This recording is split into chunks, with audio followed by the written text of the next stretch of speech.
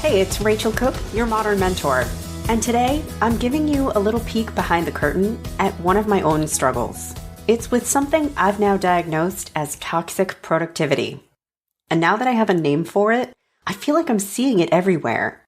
So if you suspect that you may be battling the same, let's talk about what toxic productivity is and how I've started to move beyond it.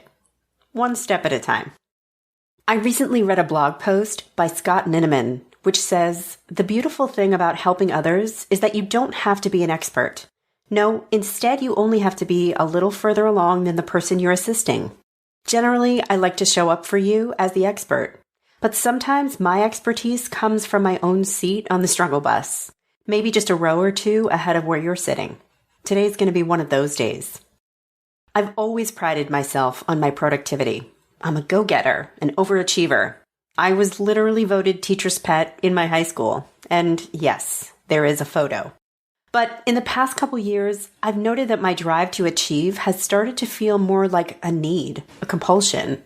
It's as if being busy is the thing, rather than the means to a purposeful outcome.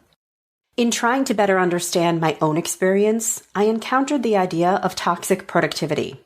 It feels like me, and I've made some strides toward overcoming it. And my goal today is to share some actionable insights I've picked up and put into practice along the way. In trying to better understand my own experience, I encountered the idea of toxic productivity. It feels like me, and I've made some strides toward overcoming it. My goal today is to share some actionable insights I've picked up and put into practice along the way. So let's start with a definition. What is toxic productivity? To be clear, I'm not knocking productivity. Like exercising or saving money, it really is a virtue. Until it's not. Productivity, in my book, is the act of doing or delivering things that yield a benefit or positive outcome. Like shipping a product to your client, publishing a blog post designed to attract new customers, or learning a new skill that will support your professional goals. Productivity becomes toxic when the act of doing, of just being busy, is the goal.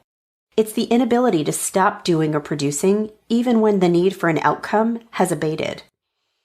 Your customer is happy. Your blog is published. You've learned enough for today. And yet, you keep going because stopping or shutting down feels a little uncomfortable. Toxic productivity hangs out at the same parties as workaholism and hustle culture.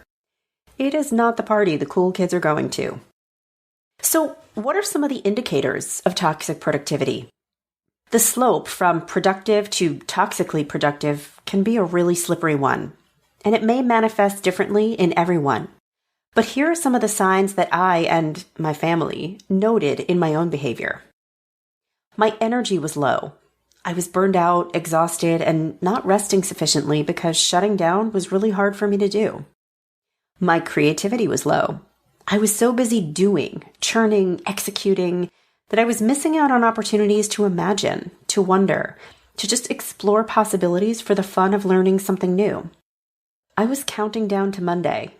It's so weird, right? But I was. The weekends gave me anxiety because it was hard to justify working on days designated for friends and family. I felt unproductive when really I should have been feeling like I had earned the right to rest. And finally, I always felt behind. Though all of my client commitments were being met beyond expectations, I still always felt like there was more I should be doing.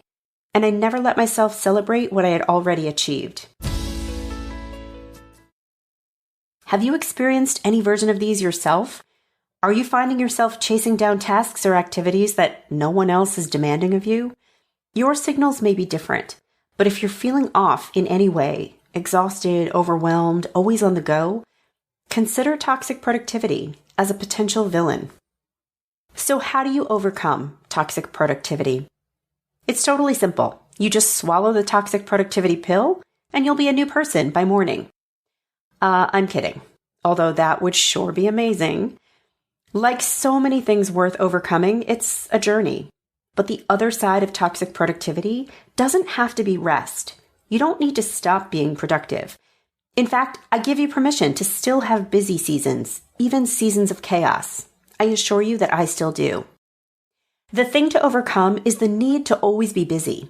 So the antidote is to be busy with purpose, with intent, with focus, and with a clear understanding of when it's time to stop. I'm still on my journey, but I'm making real progress. Here are some of the strategies I'm now using to ensure that my busyness is aligned to purpose. Consider experimenting with one yourself. First, I set a daily core 3. Each day in my bullet journal, I begin with a statement of my 3 priorities for that day. These are the 3 must-dos in order for my day to feel complete. There may be other tasks that need to get done, but as long as these 3 have been delivered on, I get to call the day a win. These priorities may be work-related, like sending off a client deliverable or having a successful sales meeting. But they also might include things like taking a walk with one of my daughters, or calling my dad, or reading a chapter of a book I'm working through. There are no hard parameters, as long as each has a clear purpose, and I am only allowed 3 per day. Next, I link every what to a why. Nothing is allowed on my to-do list unless I can articulate the purpose it serves. In the earliest days of my business, my to-do list included social media posts or people to reach out to or online courses I needed to take. I was so overwhelmed by execution, I had lost sight of purpose. I thought I needed to post on social media because other business owners were doing it. But I couldn't articulate the way in which it was specifically serving me. I felt like I should be learning something every day. But the cost of all this learning was that I was never pausing to process, reflect, and actually implement the lessons I was picking up. I needed to reassess the value of what I was doing and infuse some intention back into my days. I do this by listing a why next to each what on my to-do list. Next, I take 3 one-minute breaths per day. I am embarrassed to tell you how much willpower this requires, but it does. 3 times a day for 60 seconds, I stop what I'm doing and I just sit. It's not a meditation per se, it's simply a moment in which I pause and be still. The experience is not mountain moving, but it's a tiny reset. It forces me to check in with myself, to confirm I'm doing something meaningful or intentional. Sometimes at the end of that 60 seconds, I simply return to what I was doing. But sometimes that brief pause helps me to redirect to something more intentional. I have an inner wisdom I couldn't hear before because I never gave it room to speak. And you have this wisdom too. So how can you turn up its volume? And finally, I turn off. I stayed an end time to my productive day, and I force myself to honor it. Given client commitments, there are days when I'm going until 10 p.m., but those are rare and purposeful. On the flip side, when my to-dos are light, I will absolutely shut down for the day at noon and go grab lunch with a friend. There's no right time to end your day. It's simply about the act of having an ending and the discipline to honor it. My current phase of productivity is not totally without moments of toxicity, but I'm getting better every day. And if you're struggling, I wish you the same. I hope you enjoyed today's episode and that you'll join me here next week for another one. Until then, you can follow Modern Mentor on Apple Podcasts, Spotify, or wherever you listen to podcasts. Check out my website at leadabovenoise.com or follow me on the Modern Mentor podcast page on LinkedIn. If you have a question I can answer, shoot me an email at modernmentor@quickanddirtytips.com. Thanks again so much for listening and have a successful week.